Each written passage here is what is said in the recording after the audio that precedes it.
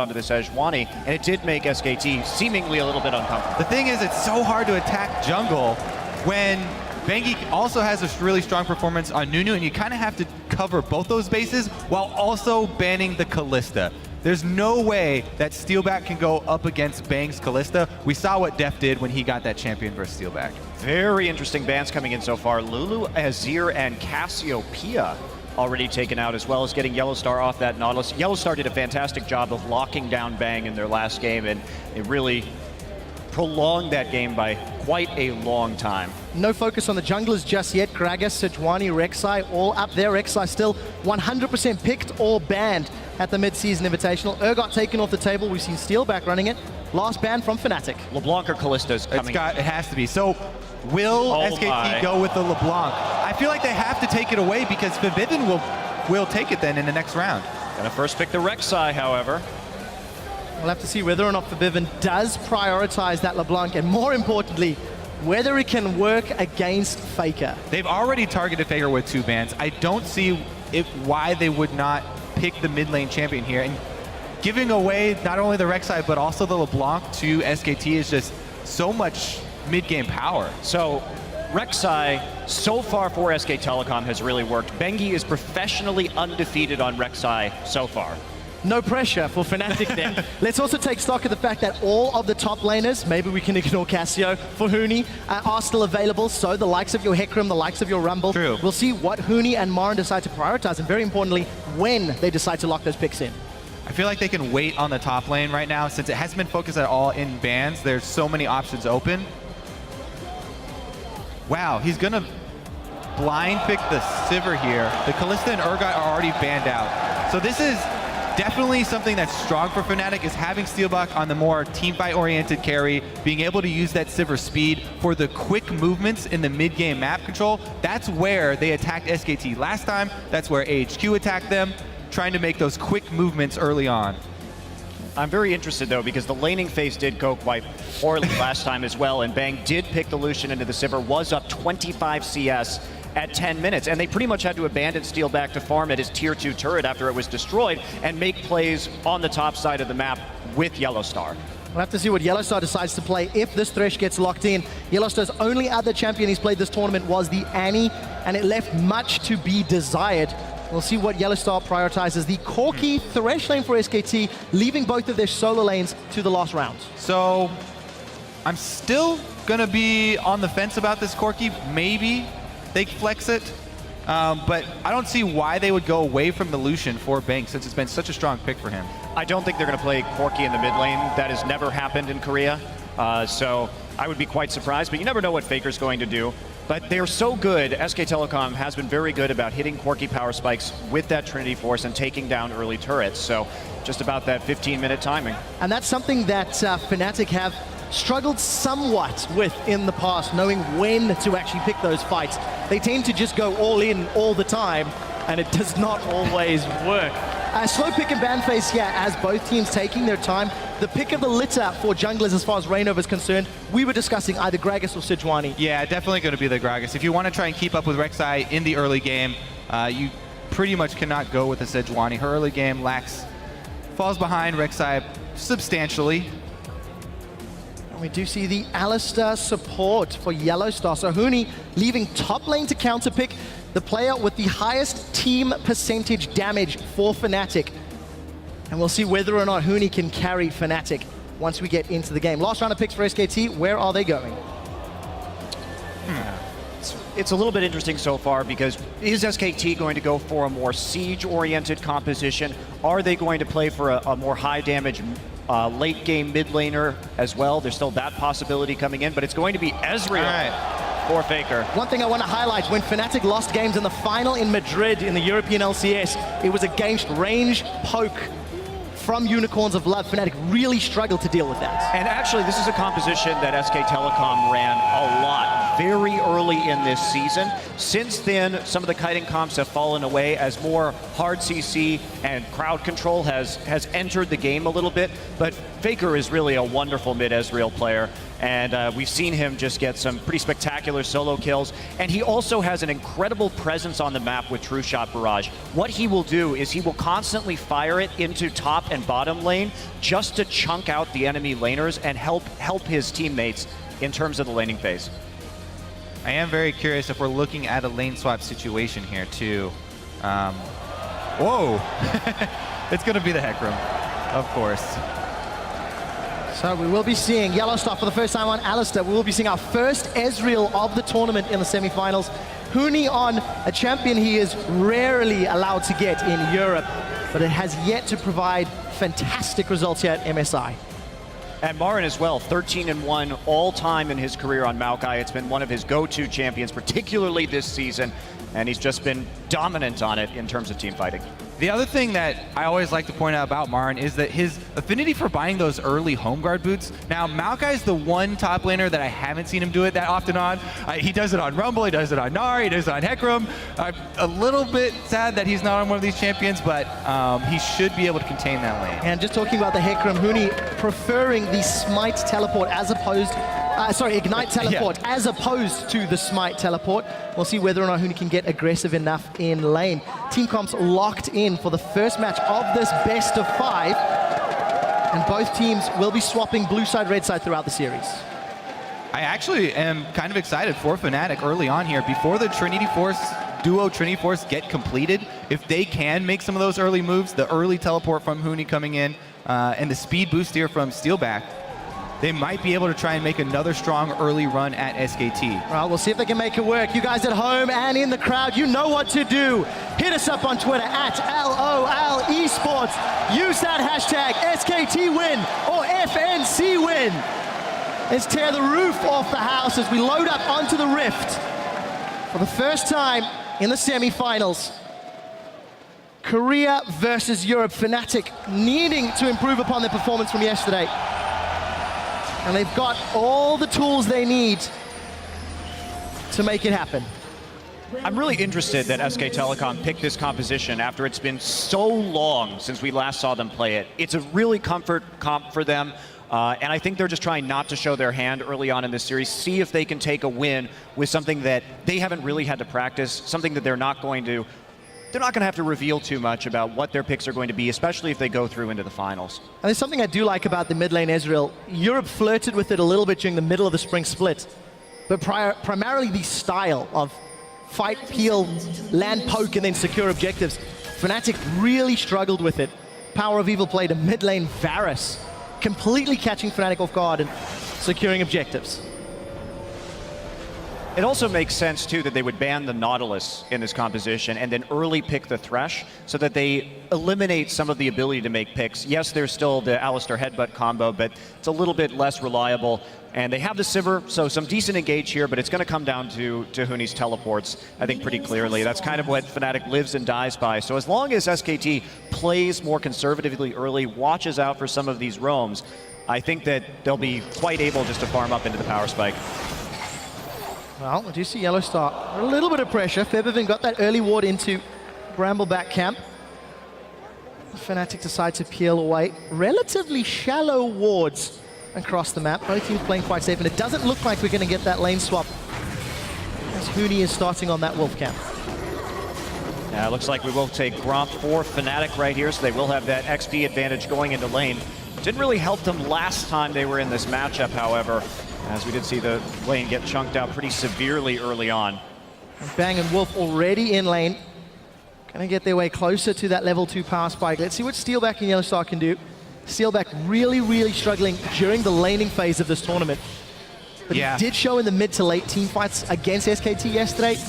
It was significantly improved. To try and help him out, Yellow Star has also started the heal first on Alistar to heal back up from the Gromp.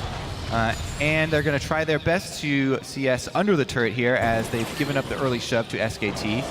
They do have the extra experience, though, once the waves do even out. We did just catch a quick glimpse there of Huni in the top lane. Remember, no flash or teleport, so Bengi potentially with an easier route to securing kills for SKT. We'll see if he decides to prioritize that lane. As it stands, bottom lane pushing against Fnatic, and top lane appears to be for the time being.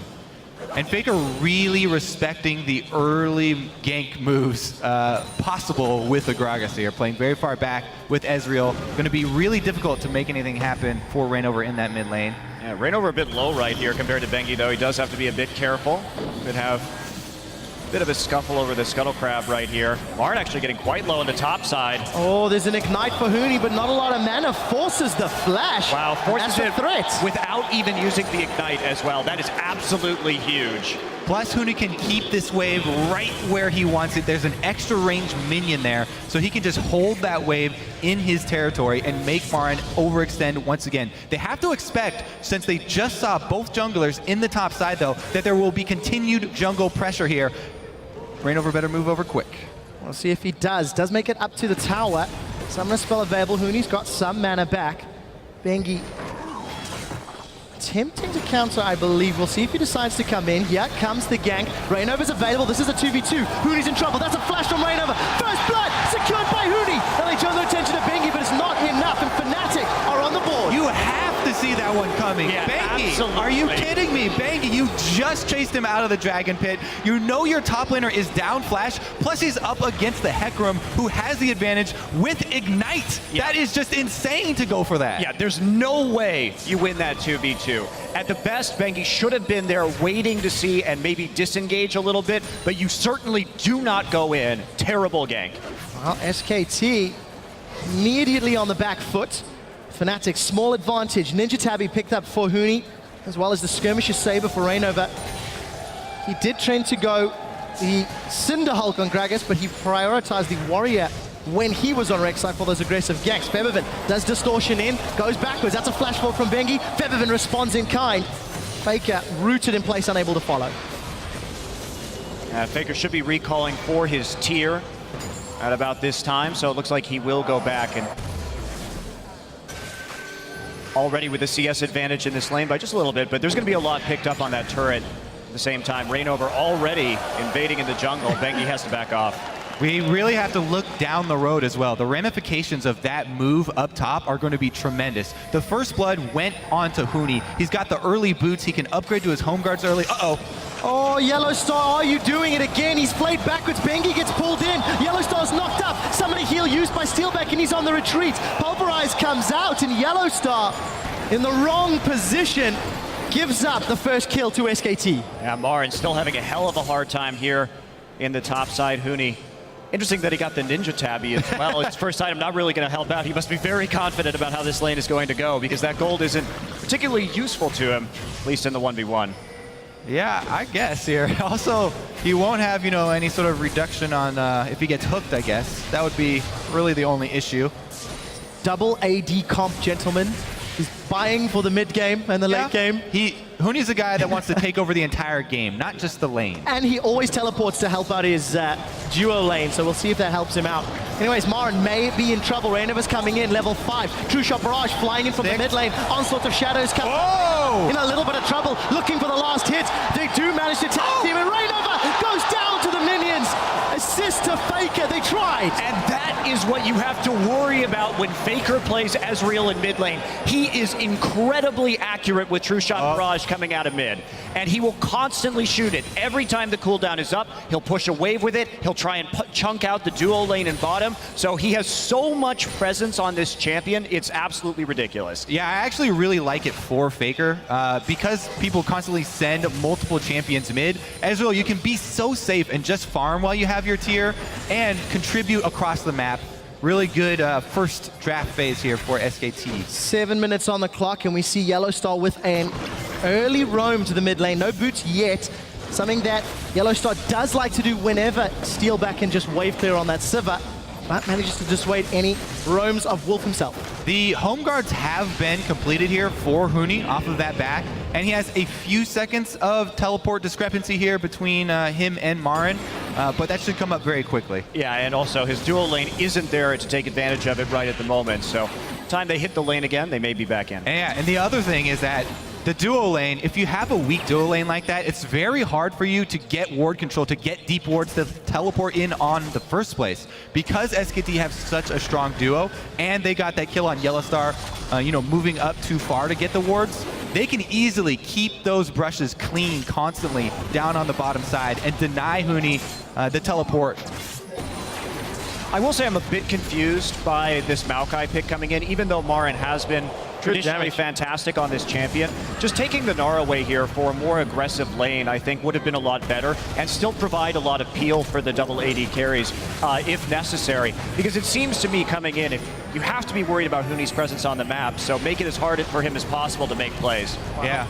Huni's trading with Marin. And also one thing to touch on, this is quite reminiscent of yesterday's game. Fairly slow laning phase with SKT just getting marginal wins across the majority of the map. It's only Huni that's doing well in the top lane. But just like yesterday, we're now seeing a huge CS differential open up between Bang and Steelback. It was 25 at 10 minutes. It's already pretty close to 30 at the moment. And that's going to be pretty problematic. And I will say most of the time in Korea, Faker. Wow, it even happens to Faker? That's personal. And farming. His true shot barrage is insane. I don't know if that one was insane. Hey, that was all right. It's a double whammy. There's a double whammy, man. Okay. Got to double down. Well, to go back, well, never mind. We'll wait for this. Bang does get the lantern. Now, flashes back and gets to safety. Kobe, what would you like to say? I want to go back and touch on Money's point about the Maokai over Gnar in the top lane. Uh-oh, good exchange here for Febiven, but Faker able to dodge. Bengi! He's managed to knock up Febiven. Febiven gets munches, a double teleport to the top lane. Huni has jumped forward. Faker's being ignited, the barrier's now up. Here comes Rainova, he gets a double barrel body slam. Marin on the back line as it's a 3v4. Faker continuing to spam out Mystic Shot after Mystic Shot. Faker's on the board. Faker, playmaker, manages to get the flay onto Yellowstar. Now he's in trouble. You can't milk those horns as he flashes back. We do see the box going down as some range damage lands from SKT. Fnatic trade 0 for 2 in that fight. And Faker throws out the true shot. Insane! No, but they're going to take up this dragon, but that just illustrates the point I was about to bring up about Maokai versus Gnar. The main thing that Maokai does have over Gnar is on-demand teleport impact. He's very, very consistent. Gnar, you kind of have to work around the rage bar, and when you're facing a team that has Hecarim and Sivir, you don't always have the choice of waiting around that and being able to work around it. So maybe they were respecting Fnatic's ability to pull the trigger very quickly, and they just want a more responsive top laner. It definitely worked out there for him in the mid lane, and that's going to be a huge, huge lead here for SKT, already on the board with their first dragon. And we take a look at this too. So Faker going to land the Mystic Shot right at first and then shift over to the side. Bengi already here isn't fooled by the fake LeBlanc walking into the river. And by this time, of course, Huni comes in, but Faker has barrier, so really difficult. Huni does get baited in a little bit. And then the rest of the fight, Faker's able to just shoot in more Mystic Shots from the periphery while they wrap up multiple members of Fnatic. Well-played team fight indeed for SKT. They secure themselves a 1,000 gold lead. Rainover is hooked. Death sentence is landed. You are sentenced to death, son. SKT chasing. Oh, I spoke too soon. Explosive cast knocks them back, and the Fat Man gets away. The exchanges from Faker are already really, really finding their mark on Febiven. He's been able to upgrade very quickly. Now he'll get working towards his Muramana even faster, counting auto attacks as well. Plus, we do have to give a shout out to Bengi because after the first really poor choice for the gank, he's made up for it very quickly. He's kept up his map presence. And Huni doing some work on Marin, but not able to bait him in. Well, this time around, Rainover forced to use that explosive cast defensively. Not available aggressively. Bengi's going to Tremor Sense his opposite number through the river, and SKT, a successful roam to the mid lane. There will be a lot of damage. They're probably going to take this one to 280 carries and very risky wave clear if Febiven wants to go in. Well, taking this mid turret is absolutely huge for these poke compositions as well. They can open up so much of the map. And, oh wow, as we see Bengi going in, actually. Oh, Wolf manages to connect to the death sentence, trying to make it too. The flash, the body slam. Bengi follows through with a flash of his own. Lantern's available and gets out. Rainover refuses to go down. He keeps on making all of these escapes, and they're really well-played escapes, but he's getting caught in the first place. And it's costing him a lot of cooldowns. No ultimate, no flash available. Ultimate will come up soon. I want to touch on Marin's Maokai build a little bit because I'm not sure a lot of people know what he does, and a lot of the Korean and Chinese Maokais. What he does is he builds Catalyst into Shroud or Cowl, and then builds either Shroud or Cowl after that, as we see Fnatic coming in on Bang. And Bang's gonna Valk away. Steelback looking for more. Huni, do you want to dive? Summon a heal use. Bang trying to dodge. Fear throws him against the wall, but Steelback doesn't connect to the boomerang. Turret aggro will be on Huni, and that is a kill on the board. No one from SKT to reply, but they do get their third of the game. Plus, with the home guards, Huni can just base and run back the lane really quickly here. Shouldn't have lost anything up top. So very good use of time there for Huni. Able to get something for that bottom lane. And I think important to note, Steelback only down 12 CS at 14 minutes. That roam from SKT maybe costing Bang some CS. They did get the mid tower though. Touche. So, fair point. the goal he did get. For extra Steelback gold. and CSing, this is impressive. I know that's quite harsh, but he's struggled in his 5 prior games. And Fnatic have given him a kill as well, thanks to that roam from Huni. And now they're fighting over this red buff, Cody. No, they're not. I was waiting for the fight. I'm like, come on, go in. Febiven heard you. Faker. So what I want to touch on that Maokai build as well, since I didn't get a chance to finish explaining it, is that it's more well-rounded. Yes, you don't complete a big core item immediately, but it makes it so when you TP into mid-game teamfights, you can deal with all the types of damage that are coming your way very efficiently. So it's really all about powering up for the mid-game before you complete like a Frozen Heart or Spirit Visage or anything like that. I definitely agree. And on top of that, you don't really need to rush into the Righteous Glory with this team. Most of his teleports right now are going to be those defensive teleports that we saw like mid, where Fnatic are the ones trying to get the initiation on the double AD, and he's going to be more of a peeling Maokai. Tag, you're it. Faker does connect down bottom, but the minion wave cleared out by Steelback. Oh. Bengi got that blue buff. Ooh, he's just borrowing it. So you're saying he's planning on dying soon and then transferring it over to Faker? It's not, but I'll go with that. I can get on board this theory. Complex blue buff strategies. Korean blue buff strategies, if you will, Monte Cristo. Faker, 131 CS, very close to Febiven. Every time we look at this mid lane, Febiven's trying to poke Faker out, but it's not really garnering a lot. Bengi with the blue buff and the cooldowns. Can he get in? Huni is going to gallop to safety. And Marin's actually quietly taken a CS lead after being behind in this lane as well. After he got some items, Huni wasn't able to bully him that much anymore. And I do think that part of this is Huni's itemization here, because he hasn't built to actually deal with Marin's Maokai magic damage. So the trades have been pretty favorable as time has gone on. Yeah, building for the cross-map plays, trying to get a little bit of armor in so that he can build the Trinity Force first without having to sidetrack himself and get cloth armor on the side. We'll see, though. Next dragon coming up in 22 seconds, and both teleports will be ready for this one. And Faker gets the red buff since he didn't get the blue buff. Bengi felt bad, so he donated him something else instead. Manages to make at least that play work. SKT still hold on to that 1,000 gold lead. It's around 1,200 at this stage in time. You see the Cowl picked up there for Bengi, some more tank stats for Marin, and Trinity Force spikes getting closer and closer, and we'll see whether or not that's going to give SKT the power they need. Yep, Fnatic already prepping for the second dragon here. Bottom turret down, deep wards inside the jungle, and they've already started it, actually. Prep completed. Wow, that's not a lot of contest yet. Teleport's available for both Marin and Huni. Here come SKT. Teleport into the pit. It is earlier than Huni's. Huni has not channeled Huni's yet. Not baiting. getting. Dragon secured for Fnatic, and it looks like they're on the retreat. He's getting home The guard. grab control. Canceled his Huni bait. cancelled it.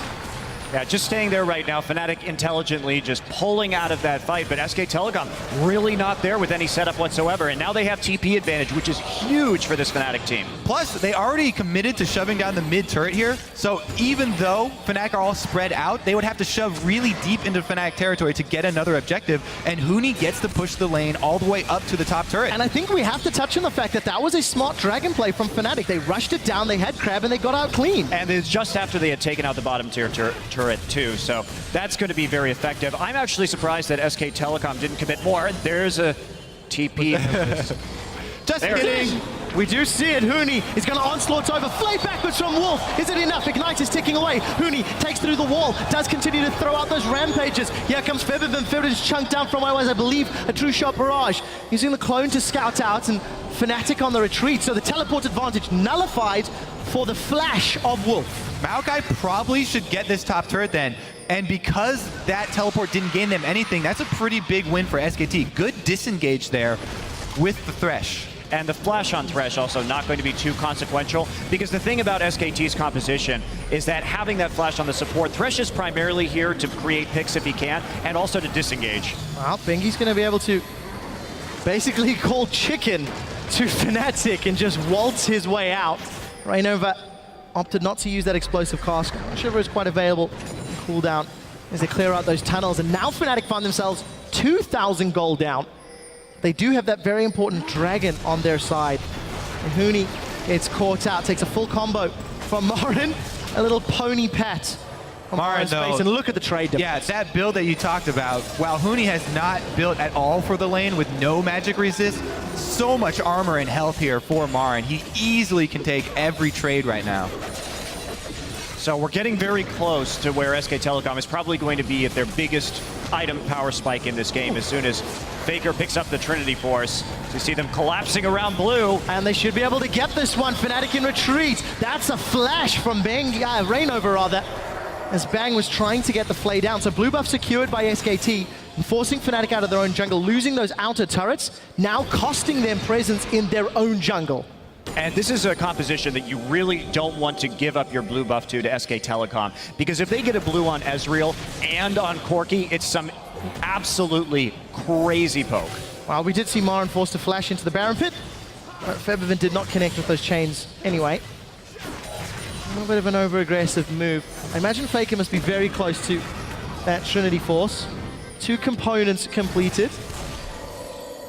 And every time we see him chunking out Febiven, that's a lot of damage. Yeah, I really feel like Fnatic are going to need to consolidate fairly soon here, because they don't have the teleport from Huni. Uh-oh. Oh, he missed the chains again. Faker saves a Mystic shot. He is going to throw True Shot Barrage and picks the clone. Oh! Febiven goes in. Faker flashes away from the distortion. And that is a very confident 1v1 from Febiven. Double flashes right there. Febiven flashed to even get that opportunity. So even trade there from the mid laners. Really good give and take. That's not something I was expecting from Febiven. He's not really shone this tournament quite as much as he does in the European LCS. But his LeBlanc is seemingly more comfortable for him. He's challenging Faker, despite needing to get past all that range of Ezreal. Well, as Monty said, this transformation into Muramana is about to come through with the completed Trinity Force almost at the same time. There it is right now for Faker, so you won't be able to get away with those trades for much longer. Yeah, this is where it really gets crazy. But the outer ring of turrets already down, so SKT really needs to aggressively advance their ward line at the moment and see if they can get this next dragon and then transition it into some siege. Fnatic have to be very decisive in the next few minutes. They cannot afford to get poked down by an Ezreal with fully transformed Muramana and the Corki. And not only that, yeah, I mean, he's just hugely up there in terms of his cooldown reduction as well. So the next blue buff should be very important for Faker to pick up also. Well, Trinity Forces across the board. Huni, Faker, Bang, all completed. At about 20 minutes yesterday, SKT and Fnatic started an eventual bloodbath that would result in a Fnatic loss. We'll see if Fnatic can find team fights, because they're just being strangled out of the game. They've lost control of their jungle.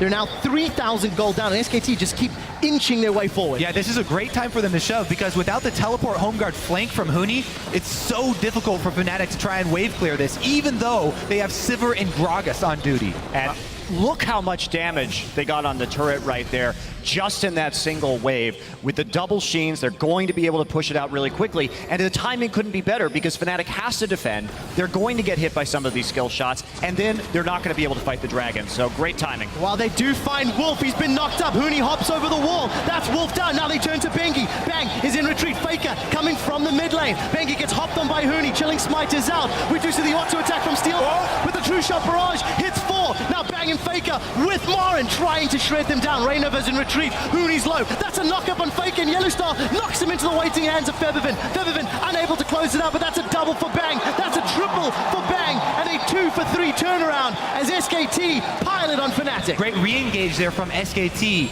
to have the confidence, even after 2 members get picked off and 5 members of Fnatic standing with no cooldowns and no resources left to pick up those kills. It's also just a testament to the power spike that we're seeing right now comparatively. Febiven in the brush looking for a pick.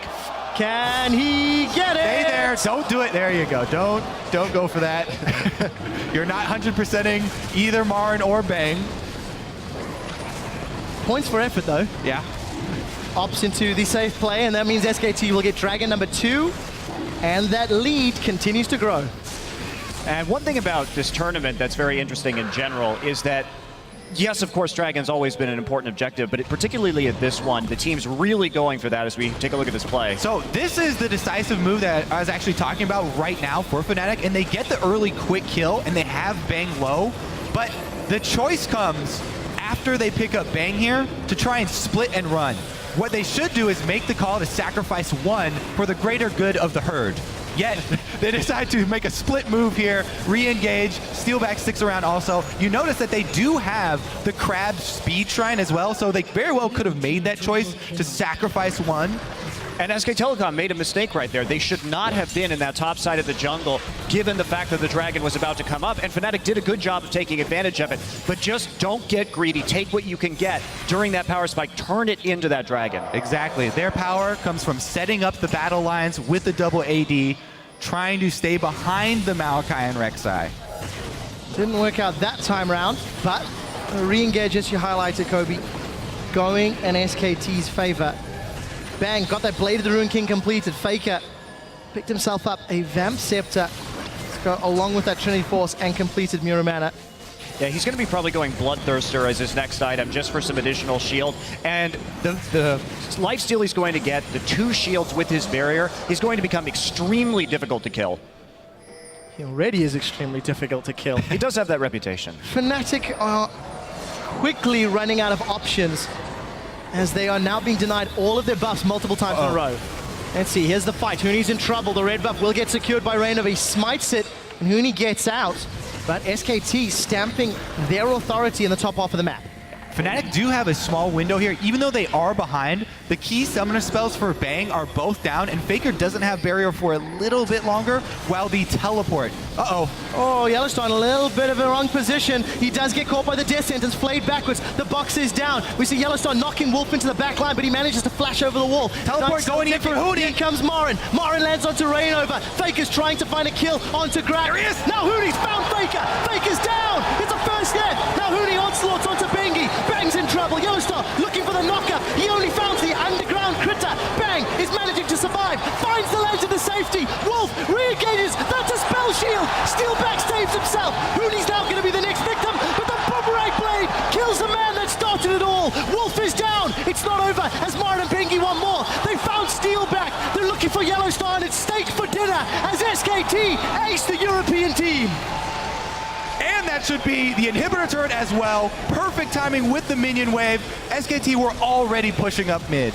Yeah, and right there, it's interesting. Marin actually going for the Frozen Heart, so not having that many resistances to deal with this LeBlanc, but it's not really their concern. He actually managed to flash back over that wall, get back into the fight, and help turn it around, even though he did get zoned out pretty early on. Whew. All right, so let's take another look. This was without barrier, without the flash and heal on Bang either. So it gets started on Yellowstar. Alistar, thankfully, with that ultimate, able to take a lot of abuse here. Now, Huni, he had to teleport very far back to a ward that's out of vision of SKT. Comes in and takes down Faker at the very beginning of this, but Marin is doing a lot of work on the backside too. Picks up Gragas, and then some really good peeling by that tank line, making up for the lack of summoner spells of SKT and buying that time. Even though it goes down to the Ignite, Marin's still at full health, and Rek'Sai's healing from her passive does so much in this extremely long team fight. And also Marin, since he has that Frozen Heart completed, perfectly able to tank the inhibitor turret right there, no problem at all. Can't quite take down the tower itself, however. Well, the inhibitor turrets penetrate almost 80% of your armor. It's really what you want is stacking health to take those. Well, we do see Fnatic playing aggressively around the Baron Pit, trying not to lose control of the Crab, but they do in the end. I think that was Bengi smiting it out. Vision and a Shrine available to them, and Fnatic forced to back off. Still 6k gold down, 4 kills down, 3 towers down. Fnatic did okay in the laning phase, but now they are falling further and further behind. Steelback still yet to pick up an armor pen item. And he's going to need that if he wants to try cut through Marin or Bengi. SK Telecom starting to look at this Baron right now. They need to set up for the Dragon coming in first. See if they can get number 3. But Fnatic, they don't want to be sneaky around this Baron at all. And if they can get some poke, they may be able to do something right here. Reignover's eaten a lot of death sentences this game. Febiven with no distortion available. We hear Rek'Sai coming in. Reignover caught once more. Hooney's looking for a target. Does have onslaught available, but not enough time. He does find Faker on the back line. That's Hooney and Yellowstone are trying to get Wolf. They've lost their top laner. Fnatic trying to do what they can. They've lost another damage dealer in Febiven. Steelback's in full retreat, as that's not going to be enough. 4 members down as SKT smashed through Fnatic. And that was Fnatic getting caught out once more. And Faker's target selection during that fight was pretty crucial to that victory because he immediately swapped onto Febiven as soon as Febiven entered the fray and killed him almost immediately. Saying one of the reasons why the Assassins fell off in the Cinder Hulk meta. There are a bunch of tanks in this game. It's so difficult for Febiven to get around them to actually get meaningful damage on a squishy target. He uses the combo forward on one of the tanks, the primary tank here, and then he doesn't get to add much DPS at all to this team fight. Meanwhile, Faker on the AD carry constantly adding damage, whereas Febiven struggling here to do much. Yeah, tries to go straight through the fight right there, and Faker's just waiting for him to come back to his original starting point right there, and picks up the kill after getting a few autos in. Baron and Dragon number 3 for SKT. Almost 10,000 gold as we about to tick over 30 minutes on the clock. Fnatic, game is now almost out of their hands.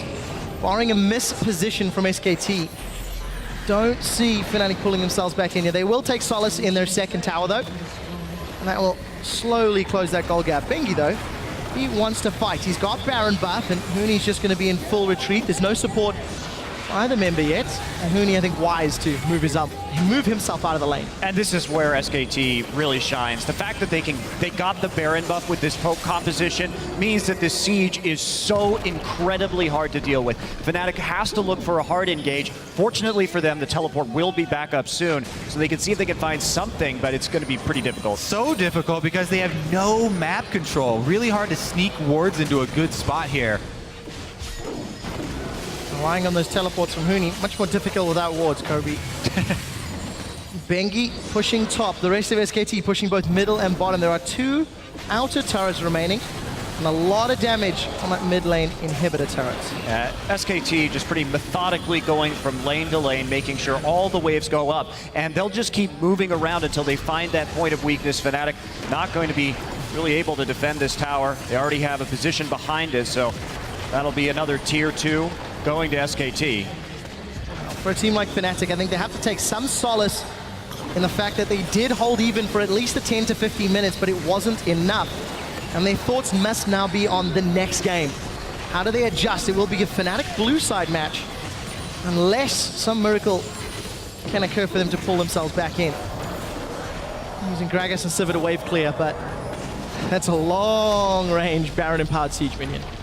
Yeah, and then Faker can just walk up and face tank these two, considering that he has the Bloodthirster. Makes it even harder. It'll grab Yellowstar, though. So much damage being connected from the Mura mana. Tower will fall as Bang and Wolf will take it out. That's the engage. Reignover's in trouble. He's down. SKT now knocking onto the Nexus, or rather the top lane inhibitor. That's 4 members stacked up high. True Shot Barrage thrown across, and Fnatic, they have to somehow fight without their primary tank. Hooney's got Onslaught available, and I don't think it's going to be enough. Nexus turret now is going to fall. The double 80 carries plus Trinity Force shredding through the Nexus of Fnatic. That's a 4-man knockup, but Febiven eats a death sentence. Wolf has removed one of the damage dealers. The Assassin is forced to retreat. Steelback trying to get through. Does have that last Whisper, but he's got too many targets. Hooney is now down, and SKT waiting for the minions to pour onto the next Nexus turret.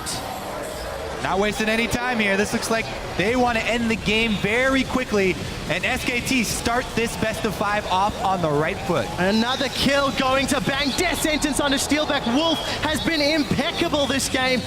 And at 32.5 minutes, SK Telecom will knock the first nail into Fnatic's coffin.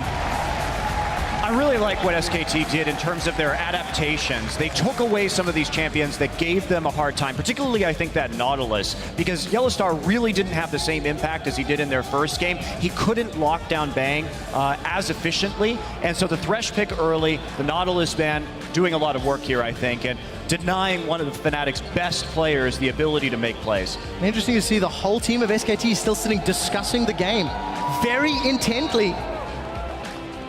Looking at what went right, what went wrong. For Fnatic, I think a little bit of pride in their laning phase. They were not completely outclassed.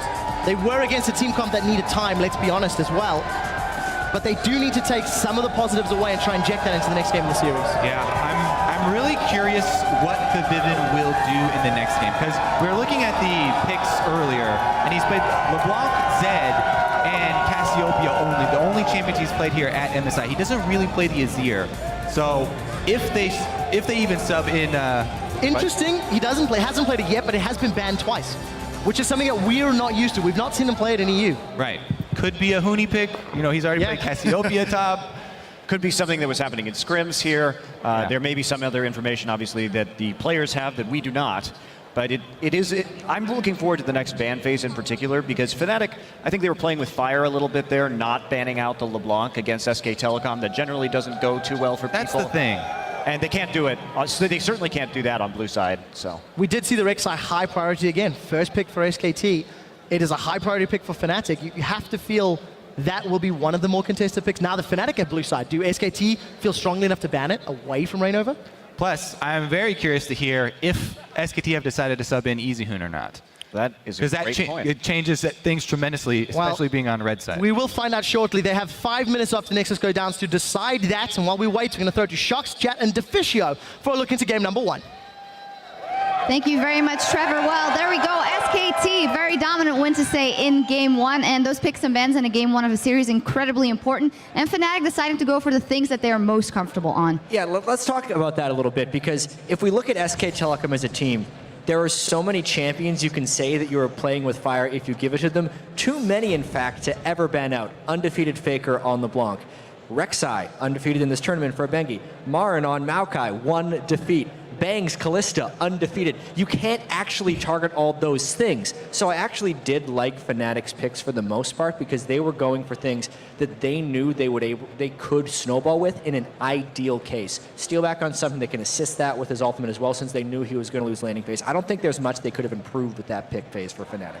No, the only problem for me was with the LeBlanc pick for Febivin, in order for that to be useful, he had to play a near perfect game, and he didn't. I mean, we see the team talking here. Febivin, he's a young guy as well. I mean, he's here playing against Faker, playing against SKT. There's probably a lot of nerves for him, but he needs to get into this game, because his LeBlanc performance was not good enough. So if you take that away from SKT and you know, okay, there's going to be some sort of counter pick, not a counter in Israel, but a safe pick then for Faker against it, you have to be able to make plays somewhere. If you look just at some of the team fights, Febivin was a non-factor in them, and that meant they could never really dive the backline and always secure a kill on Faker or on Bang, which is what they had to do against Telecom. Yeah, let's actually take a look at one of the team fights where that is very obvious, and get that replay up on the screen, where you look that he doesn't really go in, and also just Fnatic in general.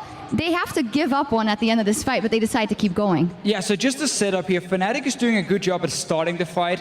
When you run like Hecarim top as your main engage force, like they're running here, it's very important that every engage Huni pulls off works for them. So if you just roll the clip, they catch out both this Reignover waiting the bush. Him and Huni together has been so great all tournament long, and Fnatic has a good start. But now if you look at your minimap, you can see how Faker on Ezreal and Febivin on LeBlanc is running fairly late to the fight. And now, what's very important after these 2 kills, when it's the 2 AD carries alike, we see Bang on your screen, you see Ezreal coming from mid lane, is that Fnatic coordinates the jump on one of the AD carries. So all 5 members, if possible, pile onto one AD carry and kill him in order to win the fight. So now we can see Febivin at the Raptor camp. If you just roll the clip, he's going to distortion over the wall, and then he's going to ulti onto Faker, and he's going to jump all the way back to the Raptor camp. So he's really far away at the moment. He's not with the rest of his team. And the coordination for Fnatic is now really hard to pull off, and they cannot get onto the AD carries at the same time. Faker even stays alive here, and SKT turns around the fight. Yeah, and overall, the Deficio, it definitely felt like there was a sense of desperation from Fnatic in this game. Like, for instance, they weren't necessarily behind in the game, but we saw tons of teleports for Huni really trying to force things extremely hard. I think even mentally, because of the defeat they suffered yesterday against SKT when they had that huge lead and couldn't close, they're trying even harder to just build up a bigger lead. Yeah. And that is allowing SKT to just kind of sit back and play their game, counterplay their team fights really well, and just play the kite game that the double AD comp was designed to do there. Yeah, as you mentioned, that is the weakness that we've seen in Fnatic, that they do want to go in when it's not the ideal time for them, when SKT really hit their power spike and was able to drive it home. And as you said, SKT, they could kind of pick a comp. They have so many options going into the rest of these series now, knowing what they picked now and what they did. And here's the thing about best of 5 series. A lot of times SK Telecom will kind of start with their B plan at the start of a series to see how you adjust. If we look at their double AD composition with Ezreal mid, that's something they haven't played in months. It's not their best team composition, and they were able to win with that actually fairly easily. I don't think they're going to play that composition again because they should have plenty of other things in their repertoire. I'm sure they have a lot of things, but Fnatic has also shown some new picks in this tournament. The casters were talking about Azir for Fab event. Potentially, it's been banned a few times, but clearly it's been a practice pick. Maybe he can pull it out if he wants to go away from these all-in assassins, which has not always worked for him. His Z pick as well. Fabian is such a fantastic player. If he steps up his game, I think Fnatic has a chance of taking a game off SK Telecom, as long as they don't make any of these crucial mistakes in the early game that can set them behind. And it would be crucial for them to stay calm now, and we're also going to take a quick break while the teams regroup, but we'll be right back for Game 2 between SKT and Fnatic. The mid-season Invitational continues right after this.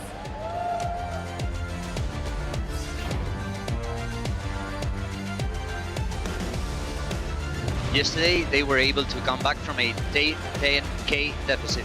Even if we are winning really hard the game, we have to continue trying as hard as possible in every minute of the game. He gets a double-barrel body slam. Marin on the back line as it's a 3v4. Faker continuing to spam out Mystic Shot after Mystic Shot. Marin trying to shred them down. Reignover's in retreat. Hooney's low. That's a knock-up on Faker, and Yellowstar knocks him into the waiting hands of Feathervin. Hooney's now going to be the next victim, but the Boomerang Blade kills the man that started it all. Wolf is down. That's a 4-man knockup, but Feathervin eats a death sentence. Wolf has removed one of the damage dealers. The assassin is forced to retreat. Steelback trying to get through.